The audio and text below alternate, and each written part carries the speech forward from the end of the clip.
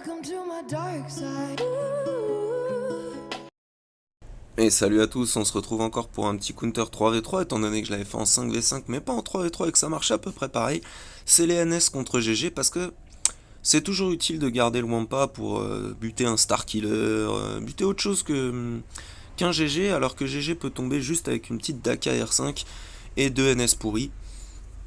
On va voir comment ça se passe. Alors je sais que Indigo à l'époque le faisait aussi en Daka lead avec l'esprit et je sais plus quel autre perso, mais sans le zombie je crois. Et là on a juste un zombie G10 sans mode, Talzin G8 et Daka R5. Et en fait on va tranquillement mettre de la plague et les descendre comme ça. Alors ce qui est important de se rappeler, c'est la basique du zombie qui met le Tena down. C'est vachement utile pour les stuns de Daka, donc faut s'en souvenir.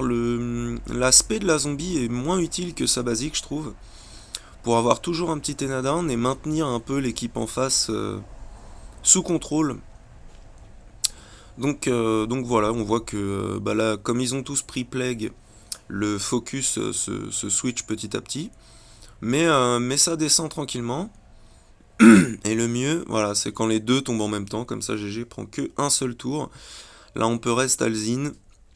On va remettre un coup de plague. Daka qui tient. Ensuite on va mettre la basique pour le Tena down. Le stun qui passe pas malgré le Tena down, dommage. Donc on va essayer de le grignoter petit à petit. Le mass assist, comme ça la basique du zombie met le Tena down. Daka met le stun. Impeccable, on reste Alzin. Il a pas beaucoup coopéré ce GG, il a été long à tomber une fois qu'il était tout seul, il résistait pas mal. Là on voit qu'on arrive à le maintenir un peu. Petite basique. Mass assist, il est dans le rouge normalement. Petit... Ouais, j'aurais dit petit coup de plague au dernier moment. Voilà, petit coup de plague, on est bon, 64 bannières.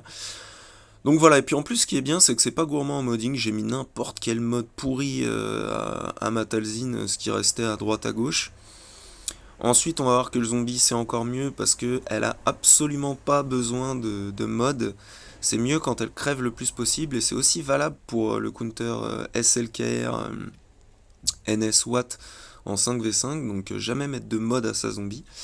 Et la Daka R6 bah, qui fait pas mal le café quand même, qui est un peu lente mais qui a beaucoup de santé. Hein, la santé en primaire partout le plus possible. Et du coup, ça vous fait tenir, ça fait que Daka devient immortel, et puis vous pouvez buter GG et garder votre beau petit Wampa pour aller gifler un Star Killer ou autre chose, et ça, c'est merveilleux. Allez, bon 3v3 à tous, salut.